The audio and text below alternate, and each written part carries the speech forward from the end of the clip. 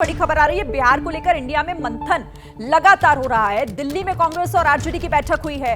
मनोज झा बोले पटरी पर है सारी चीजें और 1-2 दिन में सारी चीजें क्लियर हो जाएगी। ये मनोज झा का बयान है। इंडिया गठबंधन में कोई पेच नहीं फंसा हुआ। उन्होंने ये भी क्लियर करते हुए कहा है कि किसी तरह का कोई पेच नहीं है, सारी चीजें पटरी पर हैं इस वक्त और 1-2 दिन में सब क्लियर हो जाएगा।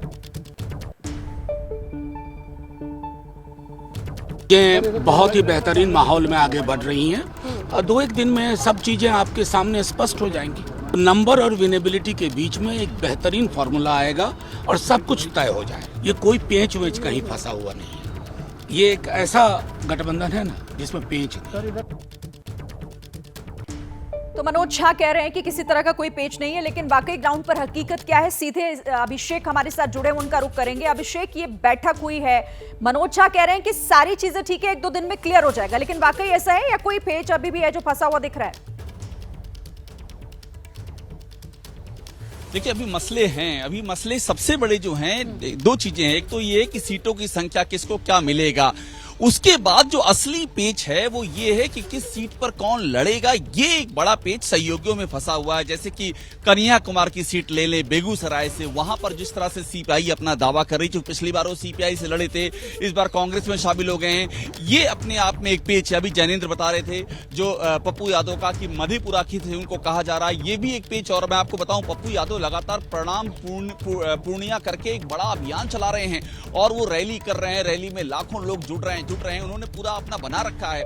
वीआईपी की जहां तक बात है, हमारी जो सोर्सेस कहते हैं। अभिषेक, रोकूंगी एक सेकंड। जैनेंद्र इसमें कुछ ऐड करना चाह रहे हैं, शायद उनके पास इससे जुड़ी कोई जानकारी है। जैनेंद्र, देखिए, बिल्कुल मेरे साथ मोहम्मद जावेद हैं, बिहार के किशनगंज सीट से लोकसभा सांसद हैं और आज सुबह मुकुल वासनिक के घर जो बैठक हुई, मनोज झा पहुंचे। जावेद साहब, आप भी थे। सीटों का फार्मूला तय हो गया, ऐलान कब हो रहा है?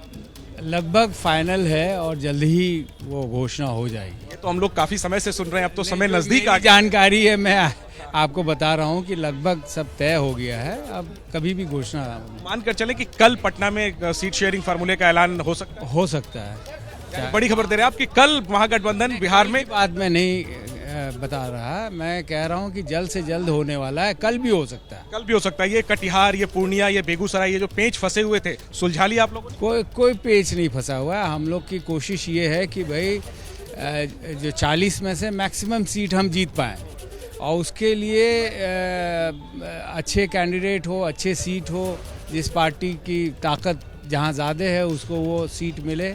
और इस पे जावेद भाई, आखिरी सवाल। आप 40 सीटें जीतने की बात कर रहे हैं, लेकिन इतने बड़े नेता पप्पू यादव की ज्वाइनिंग हुई, आप मंच पर थे, लेकिन प्रदेश अध्यक्ष अखिलेश प्रसाद सिंह वो दिल्ली में हैं लेकिन वो नहीं पहुंचे। क्या ये दरार 40 सीटें जीतने का जो आपका लक्ष्य है उसके में आड़े नहीं आएगी? ये अनफॉर्चुनेट है कि इस तरह का सवाल आप पूछ रहे हैं। आप जानते हैं कितना व्यस्त शेड्यूल है सबका। ठीक है जैनेंद्र, और वो किसी तो और ये कह रहे हैं कि क्लियर है, 1-2 दिन में चीजें क्लियर हो जाएंगी, लेकिन फिर सवाल यहाँ पर यही बनता है कि फिर इतनी देरी क्यों हो रही है? आखिर क्यों सीट शेयरिंग का फॉर्मूला सामने रखने में इतना समय लिया जा रहा है?